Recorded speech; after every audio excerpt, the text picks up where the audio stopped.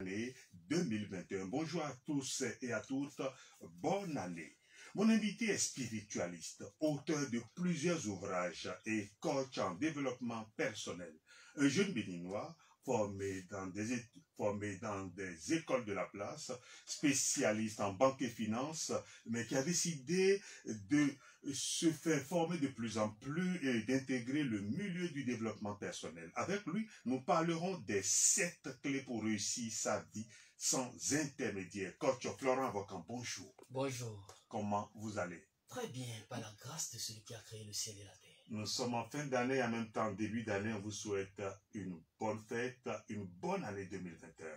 Bonne fête à vous aussi, heureuse année 2021, à tous ces auditeurs qui nous écoutent, que les portes du bonheur, les portes de la santé, les portes du succès, les portes de bénédiction s'ouvrent à nouveau. Que Dieu veille sur chacun et sur tous. Paix dans les cœurs. Où vous retrouvez aujourd'hui sur la terre, en Afrique de l'Ouest, entre la Côte d'Ivoire, le Sénégal, le Togo, le Bénin, vous êtes où essentiellement? Nous sommes en Afrique de l'Ouest, précisément à Lomé, mais aussi en Côte d'Ivoire, sans oublier le pays natal. Nous sommes aussi au Bénin. Donc nous sommes entre le Bénin, le Togo et la Côte d'Ivoire. Donc vous n'avez pas oublié, abandonner les Béninois comme Jamais. certains se plaignent à le dire. Non, nous sommes toujours au Bénin. Merci beaucoup. Merci infiniment. Les 7 clés pour réussir sa vie sans intermédiaire. D'abord, nous allons découper un tout petit peu le thème. Que comprendre par réussite ici? La réussite, c'est quoi? Quels sont les indices d'une vie réussie selon vous, coach Florent Avocat? Que la paix, le bonheur, la santé, la grâce et la gloire règnent dans la vie de tout un chacun de nous.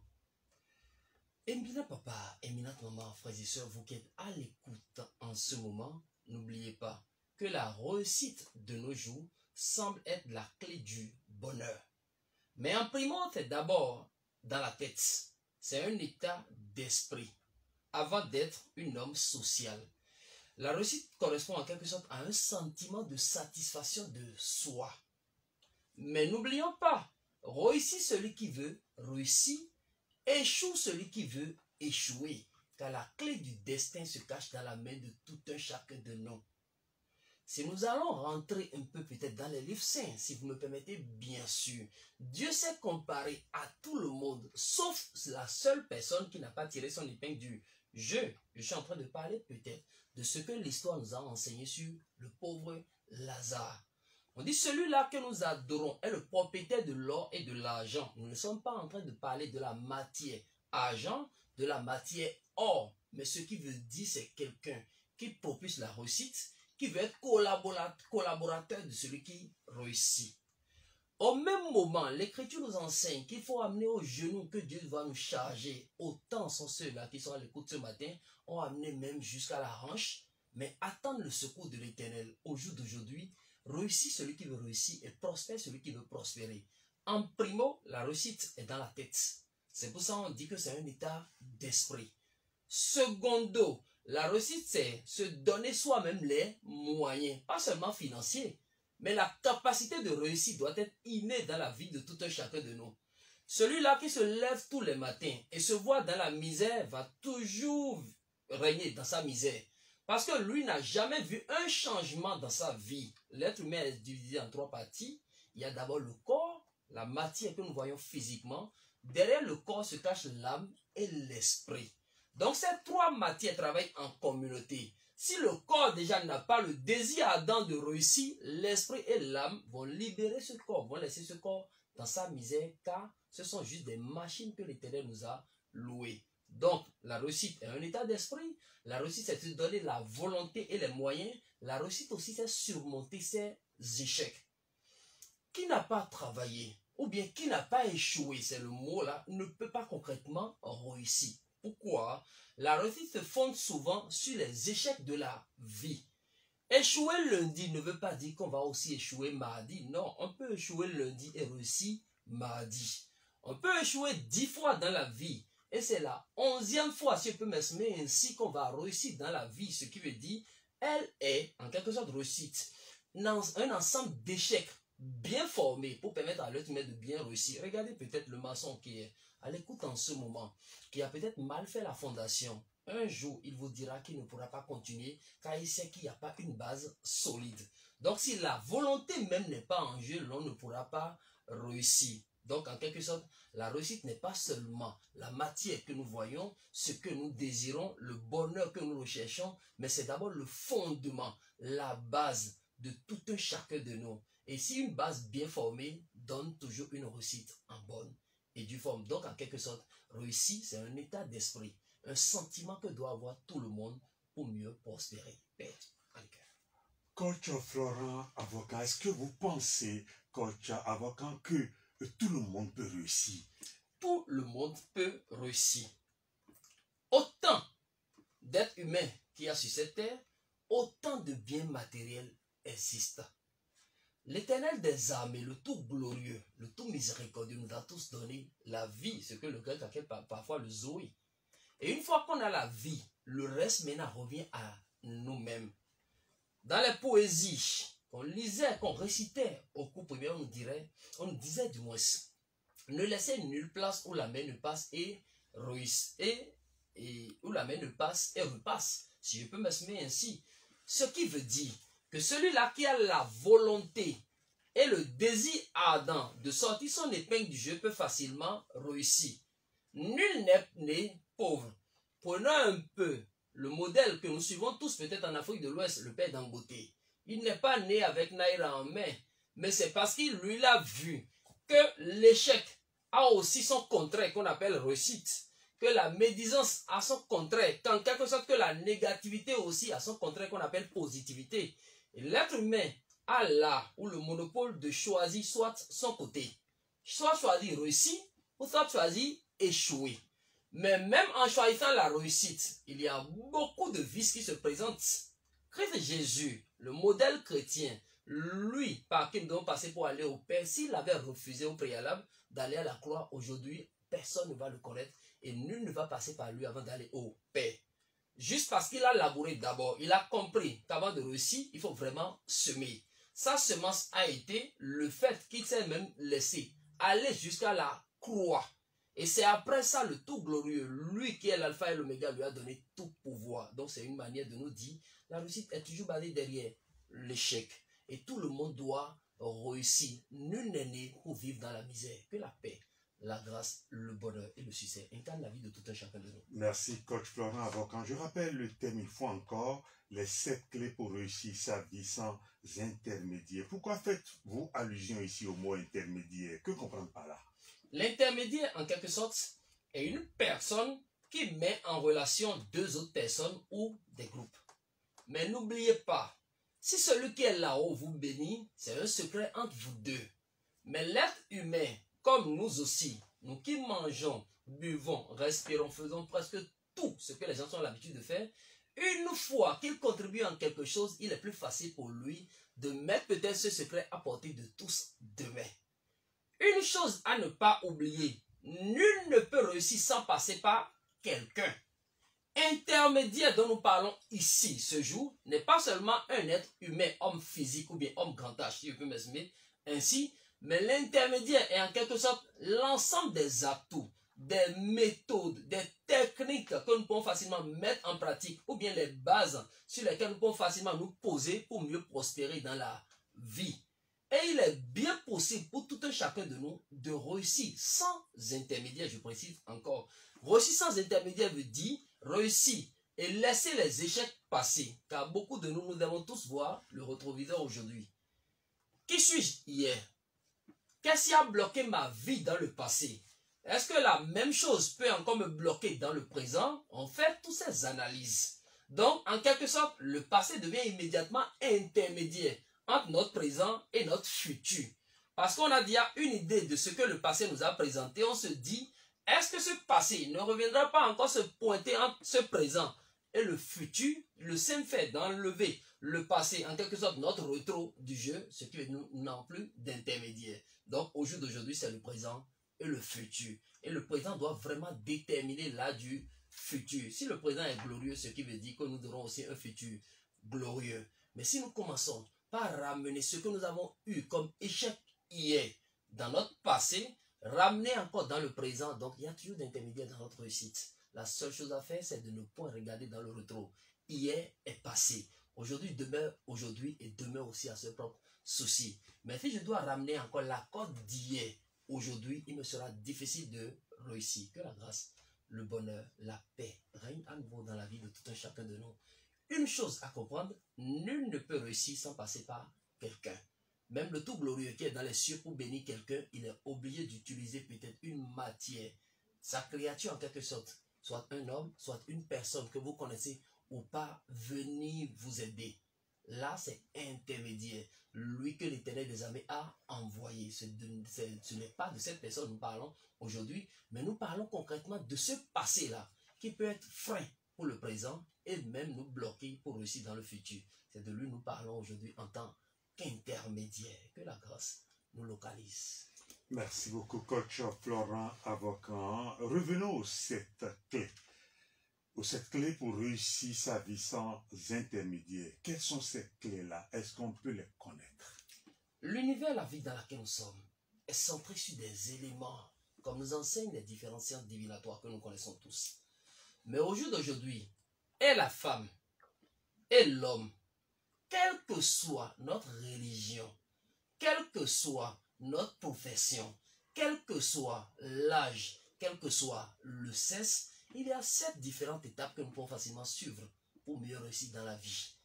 Celui qui veut réussir ne va pas oublier certaines choses aussi. On dit, chaque pays, chaque continent, chaque nation a ses règles. C'est comme quand nous prenons même les livres saints, tels que la Bible. Il y a les 10 commandements qui sont les règles que nous devons tous respecter. Quand vous rentrez dans n'importe quel pays, il y a les règles du pays qu'il faut respecter. Première des choses à mettre en tête d'abord, c'est qu'il faut être idéal en soi-même. Après ce travail que vous faites sur vous-même, vous devez savoir en primo qui vous êtes. Donc savoir qui vous êtes. C'est la première étape. Savoir qui je suis ne veut pas dire si je suis une femme ou un homme, non. Moi-même debout là, en quoi je me plais? Peut-être j'ai un master en ci, je suis docteur en ça, mais est-ce que quand moi-même je suis dans le domaine, je me vois concrètement docteur dans ce domaine? Ou bien j'ai tant de diplômes dans un secteur, j'ai été formé pour être ci, pour être ça, mais quand je me mets concrètement à la tâche, est-ce que je me retrouve concrètement dedans? Donc il faut essayer de connaître qui vous êtes. Deuxième chose, d'abord, vous devez avoir une vision très claire de votre vie future, pas du présent.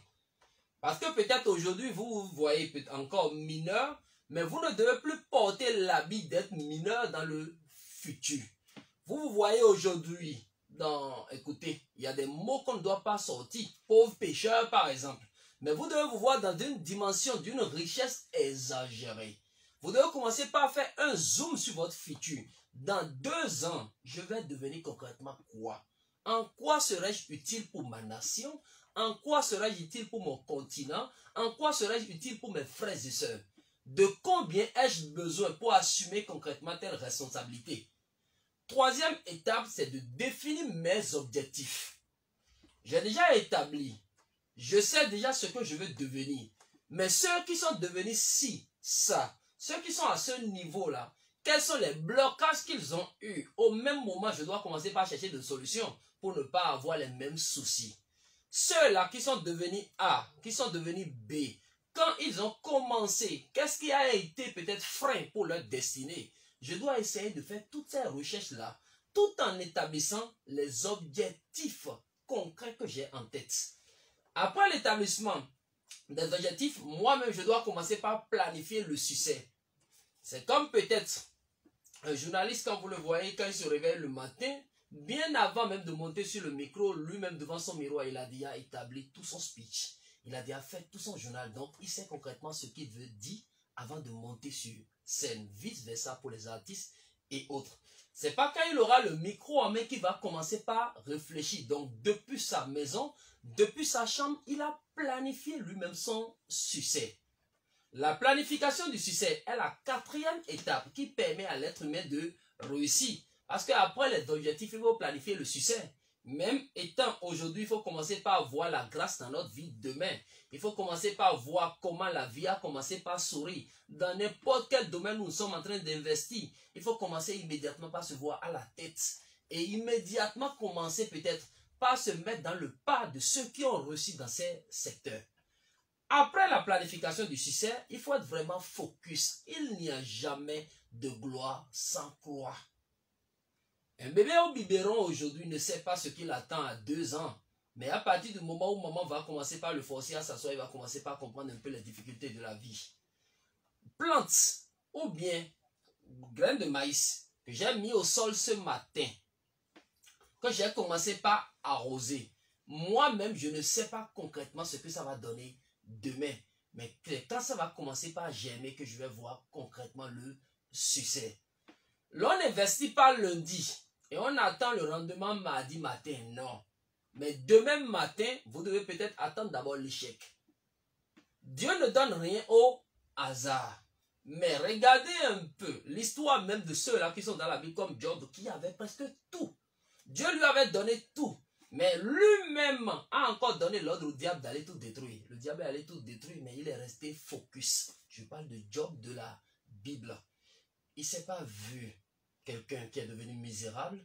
Il n'a pas vu que tout est parti, mais dans sa tête, il se dit que tout ce qui est parti peut encore revenir. Ça doit être la mentalité de celui qui veut réussir. Donc nous devons tous rester focus. Quel que soit ce qui nous arrive, demain sera meilleur, forcé. J'ai échoué peut-être dans le projet, ne veut pas dire que ce projet ne va pas réussir demain. J'ai investi dans l'agriculture, ça n'a pas donné. Ce mois ne veut pas dire que le mois prochain, ça ne va pas donner. J'ai investi peut-être dans l'élevage, ça n'a pas donné. Ce mois ne veut pas dire que le mois prochain ne va pas donner. Parce que beaucoup ont quitté peut-être leur ligne de réussite à cause peut-être des échecs qu'ils ont vus devant eux. C'est après d'avoir traversé la rive qu'on peut se moquer de celui qui se noie. Mais qui n'a pas encore traversé la rive ne peut jamais se moquer de celui qui se noie. Donc il faut rester focus. 5e étape pour réussir dans la vie. 6e étape, c'est de savoir de qui vous... Non, qui sont ceux-là qui vous entourent. Regardez quelqu'un qui veut réussir quand vous prenez son téléphone. Peut-être lui, il est entrepreneur. Il n'a même pas un seul numéro d'entrepreneur dans son téléphone. Mécanicien A a mis 2. Quand vous regardez même son contact, l'image que lui-même se présente là, il n'a même pas des modèles que lui-même peut facilement suivre. Comment va-t-il réussir? Qui veut devenir directeur doit avoir que d'amis directeurs. Qui veut devenir entrepreneur doit avoir des amis entrepreneurs, des gens qui sont modèles, des gens qui ont réussi leur vie en plusieurs étapes, ou bien des gens qui sont dans des domaines qui sont pour lui domaines de rêve. Mais au lieu de s'entourer de bonnes personnes, de ceux-là qui ont peut-être déjà traversé rive, de ceux-là qui comprennent le verbe, de ceux-là qui ont le message dont il a besoin, il s'entoure que de mauvaises personnes. Lui ne pourra pas réussir. Seul forgeron pourra concrètement vous dire comment il essaie de tout mettre en œuvre pour avoir sa matière. Le menuisier a été formé d'une autre manière, le forgeron aussi a été formé d'une autre manière. Donc pour mieux réussir sa vie, il faut savoir aussi vous entourer. Dernière étape, c'est qu'il faut être vraiment persévérant. Quand on échoue, on doit savoir que ce sont des expériences qu'on vient d'acquérir et on doit essayer d'accumuler toutes ces expériences-là pour mieux réussir. L'échec n'est pas une fin en soi. Donc, en quelque sorte, voici les 7 étapes qui mènent immédiatement à la réussite. La première, c'est de savoir qui vous êtes. Deuxième, avoir une vision très claire de votre vie future. Ce n'est pas le présent. Troisième, c'est de définir ses objectifs. Quatrième, planifier son succès. Cinquième, c'est rester focus. Et sixième, savoir vous entourer. Septième étape, c'est d'être persévérant. En suivant ces étapes de la vie, les portes du bonheur, du succès, de santé, de gloire, de grâce s'ouvriront à nouveau pour chacun et pour tous. Que Dieu nous bénisse. Merci beaucoup, coach Florent Avocan. Vous avez cité les 7 clés pour connaître la réussite, véritablement la réussite dans nos vies, chacun en ce qui le concerne. Mais il y a certaines clés sur lesquelles je voudrais bien que l'on revienne pour le bonheur des auditeurs de la deuxième chaîne radio du Bénin. Lorsque vous dites, par exemple, que la réussite dépend aussi de nos fréquentations, que fait alors de ces relations que nous avons, qui ne sont pas forcément des relations du même niveau social que nous. Est-ce qu'il faut s'en débarrasser? Est-ce qu'il faut couper avec ces relations? Est-ce qu'on ne pourrait pas un jour avoir besoin de ces relations? Qu'est-ce qu'il faut faire? Le tri doit se faire comment? Est-ce que c'est parce que je vise dans mes calculs, je pourrais devenir le directeur de ceci, ou bien je le suis déjà? Est-ce à dire qu'en dehors des directeurs, je ne dois fréquenter personne d'autre? Est-ce que c'est ça? Non. L'être humain doit être vraiment ambitieux. Avoir de l'ambition ne veut pas dire qu'il faut marcher sur les autres, non. Mais il faut savoir concrètement où on va. Peut-être celui qui est en face de moi, il a la première clé pour m'ouvrir la porte. L'autre que j'ai négligé hier peut être détenteur de la deuxième clé. En quelque sorte, il faut savoir concrètement s'entourer de bonnes personnes. Pour construire une maison aujourd'hui, on a forcément besoin de l'architecte, des maçons, menuisiers, ferrailleurs. Donc c'est toute une équipe qui travaille. Et il faut avoir toute cette équipe-là dans sa vie ou bien dans son répertoire, si je peux m'exprimer ainsi. Là, quand j'aurai besoin de A, je saurai immédiatement que cette personne peut m'aider à avoir ou bien à résoudre ce souci A, si je peux m'exprimer ainsi. Mais parfois, de nos jours, nous avons des relations des gens qui veulent toujours nous tirer. Parce que lui n'a pas réussi, il a carrément mis dans sa tête que personne ne doit réussir. Donc, quand vous émettez immédiatement l'idée de réussite, son souci principal n'est pas peut-être de vous guider, mais de vous permettre encore de devenir ce qu'il est, en quelque sorte, de vous conduire vers l'échec. On peut avoir des frères et sœurs, des amis, des copains, des copines, des camarades de tout genre. Mais ceux-là qui doivent nous aider à réussir doivent être des personnes qui ont pris peut-être par ce chemin, qui connaissent les avantages et inconvénients du chemin et peuvent mieux nous guider. Une seule personne peut avoir plusieurs cordes à son arc. Je peux être entrepreneur, je peux être financier, je peux être agronome, je peux investir dans n'importe quel domaine. Mais qui sont ceux qui ont pris par là? Je peux me rapprocher d'eux, excusez-moi beaucoup mon père. Quelles sont peut-être les difficultés qu'on rencontre dans ce domaine? Il m'a filé le secret. Ça m'aidera peut-être à ce que quand je serai en face de ces difficultés, j'aurai une idée des solutions, ou bien des apports de solutions pour résoudre facilement le souci. Il y a des relations que nous avons aujourd'hui qui ont comme objectif de nous détruire. Écoutez, deux personnes que vous voyez, qui veulent peut-être monter l'arbre. Celui qui est en haut se dit immédiatement qu'il est prêt, bien proche. Celui qui est en bas voit celui qui est en haut comme celui qui est en train de réussir. Donc même celui qui est en première position n'a pas encore réussi. Il est en train de se chercher. C'est comme peut-être l'arbre à 10 mètres. Lui, il est à 6 mètres, moi je suis à 4 mètres. Je le tire vers le bas. Même quand quelqu'un viendra voir la scène, c'est lui qui est en haut qui a réussi. Moi, je n'ai pas encore réussi. Il y a certaines personnes qui nous entourent aujourd'hui où leur objectif principal est de nous mettre les pas dans les roues. Les 7 étapes de la réussite nous conduisent d'abord à savoir qui nous sommes. C'est d'abord la première étape. Et là, vous ne pouvez pas changer votre vie. Vous ne savez concrètement pas qui vous êtes. Vous ne savez pas comment réussir dans la vie, mais par le simple fait de rentrer en vous-même, vous avez une idée de qui vous êtes, comment réussir, que faire et comment s'ouvrir vous-même les portes de la réussite. Vous devez faire un bilan de votre vie. Au jour d'aujourd'hui, voici mon niveau. Je vais atteindre tel niveau. Qu'est-ce qui me reste concrètement à faire? C'est ça, on cache derrière le savoir qui vous êtes. Peut-être je suis au CP1 ou bien je suis au C1 aujourd'hui. Mon objectif, c'est d'abord d'avoir le CEP. Ceux qui ont eu le CEP, quelles sont les difficultés qu'ils ont rencontrées? C'est des choses que je dois commencer immédiatement par comprendre. Je dois essayer de savoir, de maîtriser et d'avoir une idée de ce qu'on fait pour réussir. Après le savoir, qui suis-je? Je dois avoir une vision très claire de ma vie future. Faire une projection. Dans 5 ans, si je suis dans ce domaine, je serai ci, je serai ça, je ferai ci, je ferai ça. Comment je vais agir pour ne peut-être pas blesser quelqu'un, pour ne pas avoir d'ennemis sur mon chemin? Que vais-je faire pour mieux prospérer? Là, la vision du futur n'est rien d'autre que ce que je suis en train de programmer moi-même pour ma propre vie dans 2, 3, 4, 5 ans, pas dans 2 jours.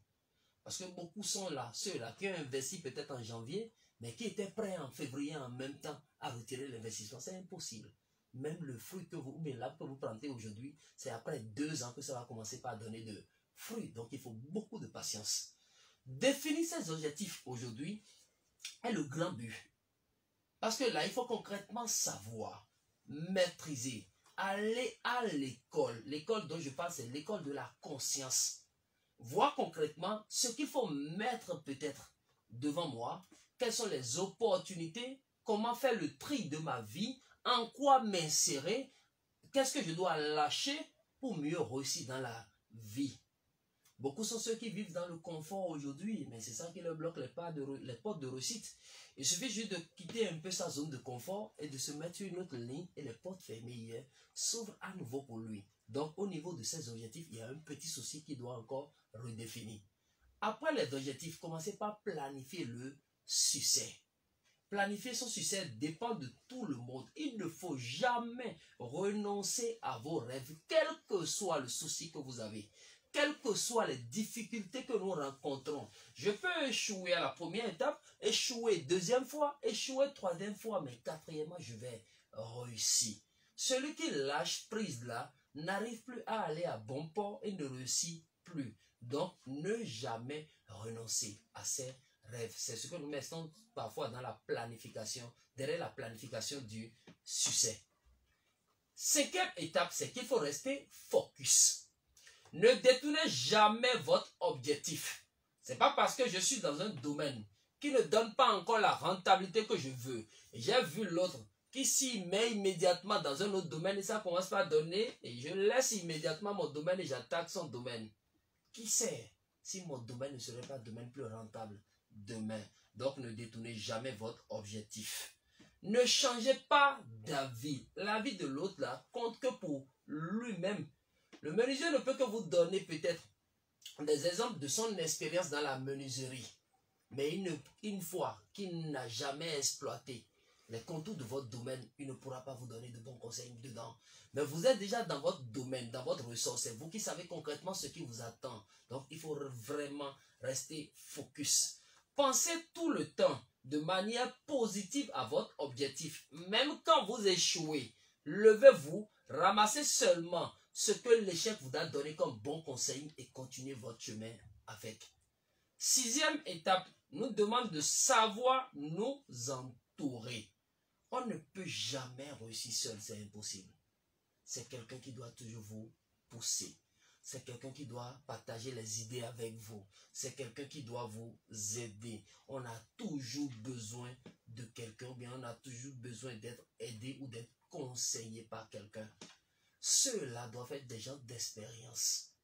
Ce n'est pas quelqu'un qui me dira non, après d'avoir investi, rejoignons-nous dans le bar. Non. Ce n'est pas quelqu'un qui me dira non, prends l'investissement, allons nous amuser avec. Mais quelqu'un qui pourra peut-être me dire, voici ça. La rentabilité de là-bas, mets ça dans ce domaine. Quelqu'un qui a eu d'expérience, qui est un modèle du jour, qui peut mieux nous coacher. Donc on a besoin de ceux-là, qu'on appelle concrètement en quelque sorte parfois nos formateurs. Ceux qui nous aident à forger autrement la vie. Donc nous devons vraiment nous entourer de ces genres de personnes. Après, nous ne devons pas oublier que c'est la persévérance qui gagne la vie. Les plus grandes causes d'échec dans cette vie sont ceux-là qui ne sont pas persévérants. Parce que j'ai peut-être commencé une activité aujourd'hui. 2, 3, 4 jours plus tard, l'activité n'a pas commencé par donner fruit. Psychologiquement, on est abattu. Mais celui qui est dans les cieux, lui qui voit dans la nuit noire sur le rocher noir, sait ce qu'il a programmé pour chacun de nous, quand sa volonté aussi a son mot à dire dedans. Alors que la persévérance, le simple fait d'affronter difficulté par difficulté, souci par souci, d'évoluer, de réussir, de prospérer, finira par nous amener à bon port. Il y a certaines personnes au jour d'aujourd'hui, quand il y a réunion familiale, si lui ne garde pas sa voiture, on ne va jamais démarrer la réunion. Vous ne savez pas pourquoi. Il est nommé d'abord dans son quartier, vous avez. On dit vous avez à quelqu'un, celui-là qui est devenu peut-être modèle d'une famille, modèle d'un environnement, modèle d'un quartier. Même quand il blesse les gens, parfois on lui demande encore pardon dessus. Pas qu'il ne commet pas des erreurs, non. Mais on a vu en lui ce qu'on appelle la réussite, ou bien les flèches de réussite. Nous sommes en Afrique. Il y a certaines familles aujourd'hui, écoutez, même si lui ne donne pas son verdict, quel que soit son âge là, le plus ancien, je ne vais pas dire ancien, le plus grand de la famille, même peut parler, on doit attendre lui son verdict. Écoutez, hein, juste parce qu'il a la matière. Il a réussi sa vie. Aujourd'hui, il a quelque chose que les autres n'ont pas. Et notre objectif aujourd'hui doit être de réussir, surtout la jeunesse, à l'écoute. Le tout ne suffit pas de dire non, mes parents ont. Les parents ont labouré leur propre terre. À nous maintenant de labourer aussi nos propres terres pour que nos enfants à venir, génération, frères et sœurs, puissent aussi dire mon papa a laissé quelque chose. Merci beaucoup. Que la grâce règne et demeure dans la vie de tout un chacun. Merci beaucoup. Merci. Coach Florent, avocat, il nous reste très peu de temps, mais dites-nous, est-ce qu'il y a un âge donné pour réussir? Est-ce qu'il y a un âge au-delà duquel, lorsque vous n'avez pas connu la réussite, ce n'est plus la peine, c'est terminé pour vous? Il donne à qui il veut, quand il veut et comme il veut. Il n'y a pas d'âge pour réussir. C'est en quelque sorte un état d'esprit. Le jeune de 18 ans à l'écoute aujourd'hui peut réussir, avoir même ce que quelqu'un de 70 ans n'a pas encore. Parce que lui, il a mis dans sa tête qu'il n'a plus d'alliance avec l'échec, avec la négativité, si je peux m'exprimer ainsi. Quel que soit ce que nous sommes aujourd'hui, quel que soit l'âge que nous avons, c'est la détermination que nous avons en tête qui nous permettra concrètement de devenir quelque chose. Donc, parlant d'âge, nous devons ignorer un peu. Beaucoup sont ceux-là qui se disent aujourd'hui, j'ai déjà 50 ans, je suis fatigué. Il y a beaucoup de pépés à la maison qui nous écoutent. Non, mon fils va le faire. Je me pose la question, depuis des années, qu'est-ce que j'ai fait à mon propre père biologique, si je peux m'exprimer ainsi. Donc, quel que soit l'âge que nous avons, même le pépé qui est à la maison aujourd'hui peut investir en quelque chose. Il a amassé un peu, il a un peu de réserve. Pourquoi ne pas investir en quelque chose? Ne pas dire qu'il ira s'asseoir pour gérer. Les autres peuvent gérer car on ne réussit jamais seul. Mais lui, il est dans son coin. La rentabilité vient toujours à lui. Donc, on peut tous réussir. Quel que soit l'âge, il suffit juste d'avoir l'esprit de réussite, être déterminé, avoir aussi l'art et maîtriser les différentes clés. Et vous allez voir que les portes de bonheur s'ouvriront à nouveau pour l'humanité. Que la grâce règne dans nos vies respectives. Infiniment merci à Merci vous, à Coach vous Florent, avocat, puisque vous êtes entre plusieurs pays, un peu instable, mobilité oblige. Est-ce que vous pouvez nous donner un contact, tout au moins WhatsApp, pour permettre aux uns aux autres, où qu'ils soient sur la terre, de vous joindre? Plus 229 96 59 86 70. Un numéro officiel, si je peux m'exprimer ainsi, sur lequel tout le monde, quelle que soit votre zone, votre origine, votre pays en quelque sorte, vous pouvez nous écrire. On va reprendre le numéro, s'il vous plaît. Plus 229 96 59 86 70. J'ai complété plus 229 parce qu'il y a des moments où on est hors du Bénin.